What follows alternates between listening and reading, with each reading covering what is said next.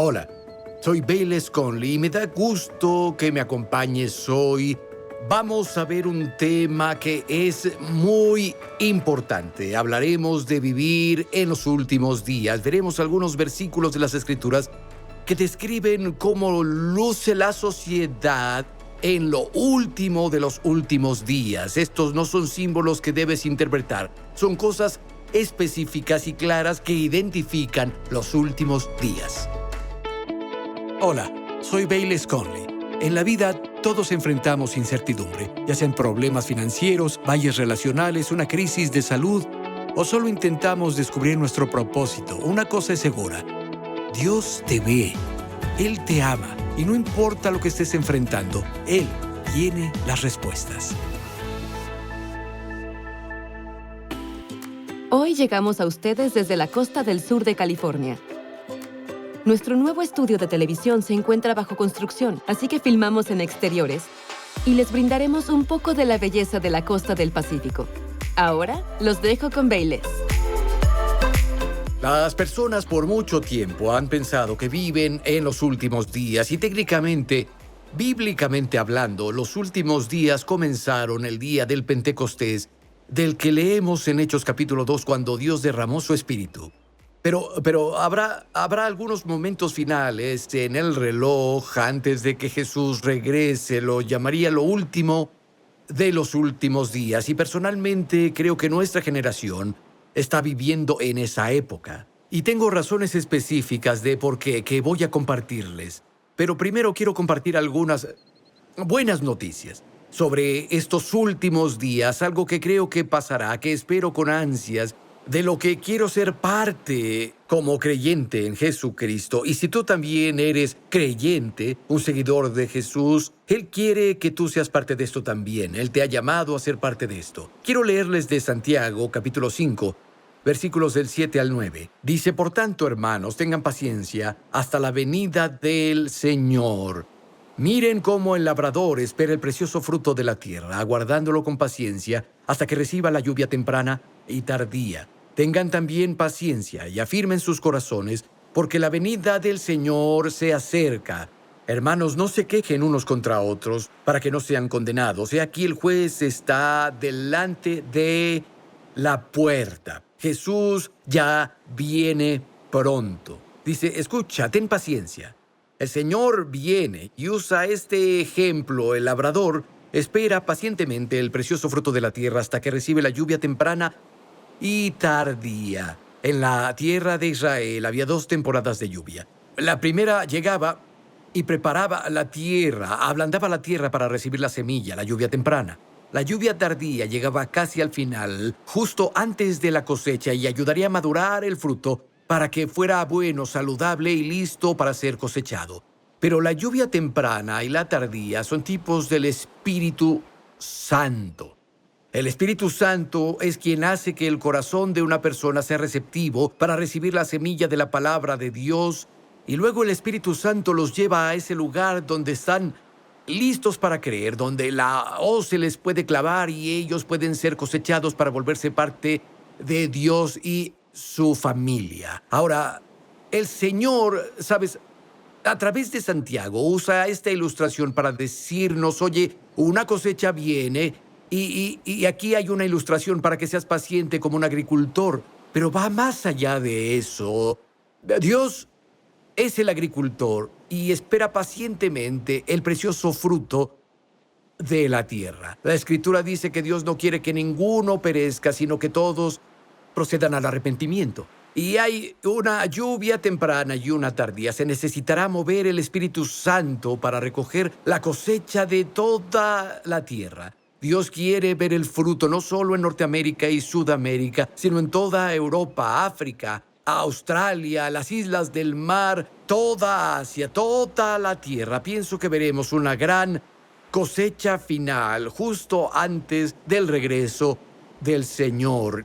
Y va a haber tal derramamiento o demostración del Espíritu Santo a través de la predicación, de gran convicción, a través de señales, prodigios y milagros. En Hechos capítulo 2, cuando Dios derramó su Espíritu en el aposento alto, bajaron a la calle, Pedro predicó y 3,000 personas se salvaron. Pedro cita la profecía de Joel y dijo: en los últimos días, dice el Señor, derramaré mi espíritu sobre toda carne. Tus hijos e hijas profetizarán, los jóvenes verán visiones, tus viejos soñarán sueños. Y continúa y habla de otras manifestaciones del espíritu, pero todo se reduce a esto: todo el que invoque el nombre del Señor será salvo. Ese es el propósito del derramamiento del Espíritu, para equipar a la iglesia para alcanzar a un mundo perdido y moribundo. ¿Conoces esta idea de una cosecha que se equipara con las almas humanas poniendo su confianza en Cristo? Jesús usó la misma metáfora allí cuando estaba en el pozo de Sicar, en Samaria, y le habló a la mujer en el pozo. Historia asombrosa. Y ella corre al pueblo y les dice a las personas: oigan, vengan a conocer a este hombre, me contó todo lo que he hecho. ¿Podría ser el Mesías? Y salen todos en masa mientras los discípulos ya volvieron. Hablan con Jesús, preguntándose por qué le habla a la mujer. Y aquí está esta masa de humanidad avanzando de la ciudad, viniendo hacia Jesús, y Jesús los mira y les dice a los discípulos: levanten sus ojos y vean, los campos de cosecha están blancos y listos para la cosecha. Entonces, de nuevo, en Santiago, cuando dijo que el agricultor espera el precioso fruto de la tierra, literalmente habla de una cosecha global en el final de los tiempos. Considera esto. En Apocalipsis capítulo 14, dice: miré, y he aquí una nube blanca, y sobre la nube uno sentado semejante al Hijo del Hombre, que tenía en su cabeza una corona de oro y en su mano una hoz afilada. Sabemos que cuando Jesús ascendió de la tierra en el Monte de los Olivos, fue llevado en una nube, y ahora Él usa la corona. Él es el Rey de Reyes y el Señor de Señores. Ha vencido a la muerte. Él es el victorioso Rey y el Maestro y el gobernante. Y así, aquí está el Cristo resucitado, en toda su autoridad y toda su gloria. Y dice que Él tiene en su mano una hoz afilada. Amigo, la hoz representa a la iglesia. Va a haber una cosecha en la tierra, y Jesús, a través del Espíritu Santo, va a usar su iglesia. Somos parte de esa hoz afilada, y quiero estar a la vanguardia de esa hoz. Continúa y dice: salió otro ángel del templo, clamando a gran voz al que estaba sentado en la nube: mete tu hoz y siega, porque el tiempo ha llegado de segar, pues la mies de la tierra está madura. Y el que estaba sentado sobre la nube metió su hoz en la tierra, y la tierra fue segada. De nuevo, Jesús está usando a su iglesia para traer esta cosecha del final de los tiempos. Y sé que en los últimos tiempos, densa oscuridad cubrirá a las personas y habrá una gran apostasía. Pero yo creo además que vamos a ver una gran cosecha, que el Espíritu de Dios ya está obrando, que esa lluvia tardía prepara a las personas para recibir la palabra de Dios. Y quiero tomar unos momentos y mirar algunos versículos de 2 de Timoteo, capítulo 3, que hablan sobre los últimos de los últimos días y el carácter de la sociedad en estos últimos días. Estos no son símbolos que tengas que interpretar, son solo... No pueden ser malentendidos. Y definitivamente me convence de que vivimos en estos últimos tiempos. 2 de Timoteo 3, versículo 1 dice: pero sepan esto, que en los últimos días vendrán tiempos peligrosos. Ahora, como mencioné al principio, si estabas con nosotros cuando presenté de qué íbamos a hablar, los últimos días técnicamente comenzaron cuando el Espíritu fue derramado en Hechos capítulo 2, en el día de Pentecostés, con los 120 en el aposento alto, y luego bajaron a la calle. Pedro predicó y fue seguido por señales y prodigios, y una masa de humanidad entró a Dios y su familia. Pero esta palabra, como se usa aquí, pero sepan esto, en los últimos días, y esa frase, últimos días, últimos, significa la terminación de algo, la culminación de algo. Es una palabra que se usa para describir el último mes del año, el último día de una semana. Un amigo mío, se llama Rick Renner, pastorea una gran iglesia en Moscú, Rusia. Tiene un gran entendimiento del idioma griego. Muchos lo llamarían un erudito en el idioma griego. Y dice que esta palabra, usada aquí para últimos días, se usa como término náutico. Es cuando un barco ha llegado al último puerto de escala. llegó al puerto final y no hay más viaje después de eso. Llegó al final de su viaje. Así que literalmente hablando aquí, habla de cuando el tiempo ha navegado hasta el último y final puerto y no queda más tiempo para el viaje. Él dice que así se verá el mundo. En los últimos días van a venir tiempos peligrosos. Peligroso significa difícil de manejar, difícil, estresante, emocionalmente tenso. Van a venir días peligrosos. ¿Por qué? Continúa. Y es básicamente porque hombres y mujeres, la sociedad en su conjunto, se estarán entregando a este tipo de pecado que menciona. Él dice, en los últimos días tiempos peligrosos vendrán porque habrá hombres amadores de sí mismos, avaros, vanagloriosos, soberbios, blasfemos, desobedientes a los padres, ingratos, impíos, sin amor, implacables, calumniadores, sin autocontrol, brutales, aborrecedores de lo bueno, traidores, testarudos, altivos, amadores de los deleites más que de Dios, que tendrán apariencia de piedad, pero negarán la eficacia de esta. A estas personas evita siempre. Es una imagen de cómo la sociedad se verá en los últimos de los últimos días, poco antes del regreso de Jesús. Pero también sabemos que justo antes de su regreso, Él va a meter la hoz y cegar la cosecha de la tierra. Estoy animado mientras veo estas cosas en la sociedad a mi alrededor. Hablaremos de ellas una por una.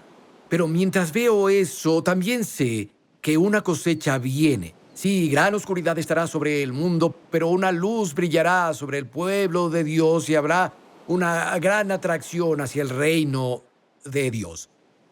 Y mientras leía estos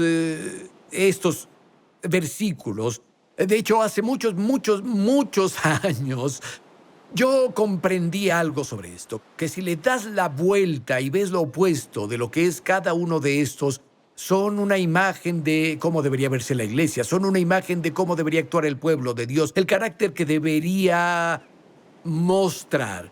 La Escritura dice que debemos vencer el mal con el bien, que somos sal, somos luz.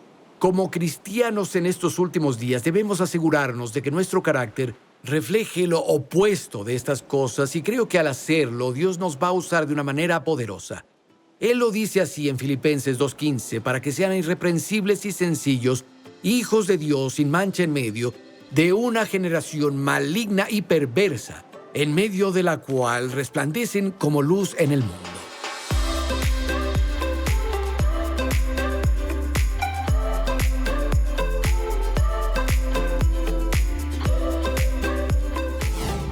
Analicemos esta primera característica en la sociedad y lo opuesto a ella. Aquí en el versículo 2, en los últimos de los últimos días, cuando el tiempo navegue hasta el último puerto y no quede más tiempo para el viaje, los hombres serán amadores de sí mismos o egoístas. La primera pregunta que las personas harán es, ¿cómo me beneficiará esto a mí? ¿Qué hay para mí ahí? ¿Qué obtendré? Si no tenemos cuidado, esta misma actitud puede llegar a la iglesia donde no hacemos nada a menos que haya algún tipo de recompensa por ello. Una recompensa para nosotros. Escuchen esto, en Apocalipsis, disculpen, no es Apocalipsis, Romanos capítulo 15, versículos 1 y el comienzo del versículo 3. Esto es de una versión en particular, la versión fácil de leer en español. Dice, algunos no tenemos problemas con estas cosas. Debemos ser pacientes con aquellos que no son tan fuertes y tienen dudas. No debemos hacer lo que nos complace, sino lo que les complace a ellos y es para su bien. Debemos hacer lo que sea que ayude a todos a fortalecerse en la fe. Incluso Cristo no vivió tratando de complacerse a sí mismo. Segunda de Corintios 5, versículos 14 y 15, dicen que el amor de Dios nos obliga a los que ya hemos sido salvados, que ya no vivan para sí mismos, sino para Cristo, que murió por ellos y resucitó de los muertos. Por desgracia, a veces el Evangelio incluso se presenta a los pecadores de una manera un poco egoísta. Y creo que es desafortunado. A veces parece, Oye, te unes al equipo de Dios y Él hará todas estas cosas por ti. Puedes tener esto y Él mejorará tu vida de esa manera. Él cuidará de ti. Y Dios está interesado en nosotros, está interesado en necesidades temporales. Pero la verdad es que el Hijo de Dios murió por nosotros para liberarnos del infierno y para liberarnos de nosotros mismos. Una vez que somos salvados, podemos comenzar a vivir para Él. Amigo, la salvación no es algo que agregamos a nuestra vida y seguimos viviendo para nosotros y decimos, ok, Dios, dije sí, firmé en la línea, espero que me ayudes y enriquezcas mi vida y hagas que todo sea mejor para mí mientras sigo mis fines y sigo mis planes. No. Jesús murió, ya lo dije, para liberarnos del infierno y para liberarnos de nosotros mismos. Y debemos ponerlo a Él primero, poner a Dios primero y a sus fines, y necesitamos poner a otros luego y luego a nosotros para tener gozo en la vida. El orden es Jesús, otros y luego tú. Una actitud egoísta, una mentalidad así, arruina un matrimonio, arruina una familia, arruina una amistad, arruina una iglesia y arruinará la sociedad. Aquí hay algunos beneficios de amar a Dios y amar a los otros más que a nosotros mismos cuando, como creyentes, adoptamos ese espíritu opuesto al que vemos en el mundo y en la sociedad. Número uno, cuando ponemos a Dios primero, cuando ponemos a los otros primero. En lugar de ser egoístas, ponemos una ley en marcha. Gálatas 6:7 dice, todo lo que el hombre sembrar, eso segará también. Cuando vivo para servir y bendecir a otros, y cuando vivo para Dios y sus propósitos, amigo, eso hace que cosas buenas vuelvan a mí. No es motivación para hacerlo, pero agradezco a Dios que haya puesto esa ley en marcha. Muchas veces omitimos citar las palabras de Jesús en Lucas 6:38. Da y se te dará. Medida buena, apretada, remecida y rebosando, se te dará en tu regazo, porque con la medida con la que mides, se te volverá a medir. La mayor parte de mi vida cristiana he oído que se cita en relación con dar una ofrenda y que Dios te bendecirá y vuelve en buena medida, apretada, remecida, y creo que el principio se puede aplicar allí. Pero en contexto, si lo lees específicamente, se trata de mostrar misericordia, extender el perdón y el amor a aquellos que no lo merecen y básicamente poner a los otros primero. Cuando mostramos perdón, cuando extendemos misericordia, cuando vamos a ayudar a otros que no estén en condiciones de pagarnos o darnos algo también, cuando amamos como Cristo y vivimos como Cristo, no por nosotros mismos, sino por los otros, Dios se encarga de que vuelva a nosotros en buena medida, apretada, remecida y rebosante. Aquí está el segundo beneficio de vivir en este espíritu opuesto en estos últimos de los últimos días. Apunta al mundo de Jesús. Jesús dijo esto en Juan 13, versículos 34 y 35. Un mandamiento nuevo les doy, que se amen los unos a los otros como yo los he amado, que también se amen unos a otros. En esto todos conocerán que son mis discípulos si tuvieren amor los unos con los otros. La palabra griega ágape, un amor abnegado que pone a los otros antes que a uno mismo. Amigo, en un mundo que vende el amor propio al por mayor, si caminas por los corredores de cualquier librería, un gran montón de esos libros, o supongo que si entras en línea, para algunos es una historia antigua caminar en una librería, yo aún lo disfruto, pero hay miles de libros de autoayuda, cuídate, ponte a ti primero. Oigan, necesitamos cuidarnos a nosotros mismos y necesitamos establecer límites, lo entiendo. Pero el mundo vende, oye, tienes que ponerte a ti primero antes que los otros. Pero cuando ponemos a los otros antes que a nosotros, se vuelve como un letrero de neón que apunta a Jesús, porque es muy opuesto al espíritu del mundo. Me acuerdo que teníamos una reunión, una noche con personas de la iglesia hace muchos años, y nuestra iglesia es muy diversa étnicamente, muy diversa en edad y muy diversa culturalmente. Y había una mujer en la iglesia. Ella convenció a su esposo de venir. No estaba interesado en Dios ni interesado en Jesús o la Biblia o cualquiera de esas cosas, pero lo vi parado ahí. Había personas que vinieron de diferentes culturas, diferentes mundos, diferentes niveles económicos y se amaban unos a otros y servían unos a otros, y lo vi con una mirada atónita. Me acerqué, lo saludé y él dijo, ¿eres el pastor? Dije, sí. Él dijo, estoy viendo algo aquí que nunca había visto en mi vida. Dijo, me doy cuenta de que este amor es genuino. Se sirven unas a otras y son genuinas. Sé que son de diferentes orígenes y diferentes culturas, y algunos se les ha enseñado a no confiar y a no querer a los otros, y que algunos son opresores y etcétera. Pero veo un amor que nunca había visto. Dijo, pastor, ¿vendría a mi casa y hablaría conmigo? Le dije sí. Pusimos fecha, fui a su casa, me senté en su sala y pasé la tarde hablando con él acerca de Jesús. Pero la mejor señal que lo apuntó allí fue el hecho de que vio a personas que expresaban el amor de Dios y no vivían egoístamente.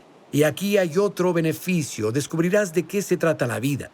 Jesús dijo, si quieres encontrar tu vida, debes estar dispuesto a perderla. Y la verdad es que solo experimentaremos la vida de Dios en la medida en que estemos dispuestos a sacrificar nuestra vida. Y aquí está la segunda cosa enlistada ahí, en 2 de Timoteo capítulo 3, versículo 2. Es una característica de la sociedad del fin de los días. Amarán tener mucho dinero, avaros. Ahora necesitamos dinero para llevar a cabo la obra de Dios y para comprar las cosas que necesitamos en esta sociedad en la que vivimos, pero hay una gran diferencia entre amar el dinero y usar el dinero. El dinero es simplemente una herramienta. Colosenses 3:15 nos dice que la codicia es una forma de idolatría, que cuando el dinero está antes que Dios se convierte literalmente en un ídolo. Y cuando se trata de vivir con un espíritu opuesto, una de las mejores maneras de romper con una actitud codiciosa es ser generoso. Como creyentes en Jesucristo, como seguidores del Señor resucitado, la generosidad debe ser un distintivo en nuestra vida, ya sea que tengamos poco o tengamos mucho. Estuve en la iglesia ayer. Nuestro hijo Harrison, quien es el pastor de la iglesia de Cottonwood, predicó un mensaje brillante. Hablaba del cielo y el infierno, sentía pasión por las almas y en dónde estaba la gente espiritualmente. Estuve hablando con personas atrás de la iglesia después de que la segunda reunión terminó y estaba con un grupo de personas y llegó un niño pequeño. Imagino que tenía tal vez unos 5 años y estaba parado allí, lo saludé y me puse de rodillas y dije, ¿qué puedo hacer por ti? Y él dijo, quiero que le des esto al pastor que predicó, y me entregó un sobre y dijo, es una ofrenda. Y me habló de lo que escuchó en el mensaje. Este pequeño estaba tan conmovido. Y él dijo, mira, aquí está mi nombre y mi número de teléfono. Los había escrito muy difíciles de leer en el sobre, pero era un precioso niño pequeño. Y fui y le llevé eso al pastor Harrison y lo abrió. Creo que había unos pocos centavos allí. No mucho monetariamente, pero sentí que teníamos las 2 monedas de la viuda. Sentí que teníamos algo sagrado. Dios no ve cuánto damos. Él ve cuánto nos sobra después de dar. Ahora, necesitamos honrar a Dios con los primeros frutos de todo lo que ganamos. Alguien lo dijo así, da de acuerdo a tus ingresos, no sea que Dios haga tus ingresos de acuerdo a tus ofrendas. Y creo que es una buena práctica, ocasionalmente, dar algo que es valioso para ti, porque de todos modos es perecedero. Cuando fui salvo, di literalmente todo lo que tenía. Regalé todo mi dinero, regalé mi ropa, intenté regalar mi auto. En realidad era una furgoneta Volkswagen y no la aceptaron. Y viendo atrás estoy agradecido porque viví allí ese tiempo, era mi casa. Pero traté de darlo todo, excepto una cosa a la que me aferraba. Era un regalo que mi padre me había dado cuando tenía unos 12 años. Era muy, muy preciado para mí, muy significativo para mí, emocional y sentimentalmente. Y sentí que un día Dios dijo, ¿diste todo lo demás? ¿Qué hay de eso? Y yo dije, Dios, no, eso no. Y Dios guardó silencio conmigo. Luché por 2 días. orando al respecto, y llegué al punto donde acepté. Dije, está bien, Dios, es tuyo. Dime a quién quieres que se lo dé. Y el Señor habló a mi corazón de nuevo. Dijo, a nadie. Te lo puedes quedar. Solo quería que estuvieras dispuesto. Y creo que como creyentes en el Señor debemos vivir con un agarre muy flojo de las cosas de este mundo. Como dije, todo es perecedero. No nos llevaremos nada de eso con nosotros. Nada. Escucha estos versículos de Primera de Timoteo, capítulo 6. Versículo 6. Pero la piedad con contentamiento es gran ganancia, porque nada hemos traído a este mundo y sin duda nada podemos sacar. Teniendo sustento y abrigo, estamos contentos con esto, porque los que quieren enriquecerse, su meta en la vida cae en tentación y lazo, y en muchas codicias necias y dañosas que los hunden en destrucción y perdición. Porque el amor al dinero es la raíz de todos los males, el cual codiciando algunos se extraviaron de la fe en su avaricia y fueron traspasados de muchos dolores. El amor al dinero es raíz de toda clase de males. Alguien dice, bueno, Dios no quiere que yo no tenga nada. No, Él continúa en el versículo 17. Dice, manda a los ricos de este siglo que no sean altivos ni pongan la esperanza en las riquezas inciertas, sino en el Dios vivo que nos da todas las cosas para disfrutarlas.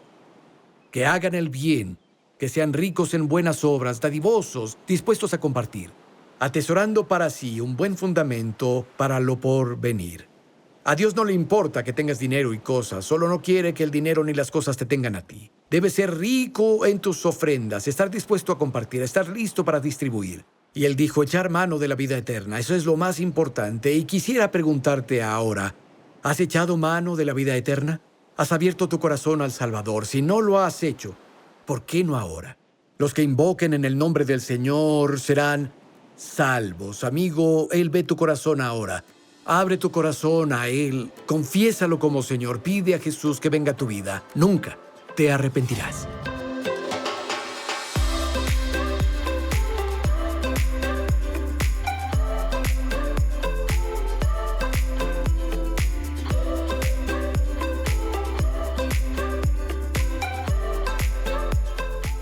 Amigo, en serio creo que vivimos en los últimos de los últimos días. El segundero avanza en sus movimientos finales hacia el tiempo en que Cristo regresará y creo que vamos a ver literalmente una cosecha global. Creo que veremos oscuridad en el mundo, creo que vamos a ver una gran apostasía, mucha gente se apartará de su fe, pero también tengo esperanza y queremos alcanzar a las naciones del mundo. Dios está esperando el precioso fruto de la tierra. Pero tengo que decir esto, quiero decirlo, necesito dar las gracias a aquellos que apoyan lo que hacemos. Estamos a punto de alcanzar la cosecha de la tierra, el precioso fruto de la tierra. Que Dios los bendiga por su apoyo. Nosotros los apreciamos mucho y escucha, no terminé con este mensaje. Vamos a continuar la próxima vez. Acompáñanos para hablar sobre los últimos de los últimos días, cómo se verá esta sociedad. Así que nos vemos entonces.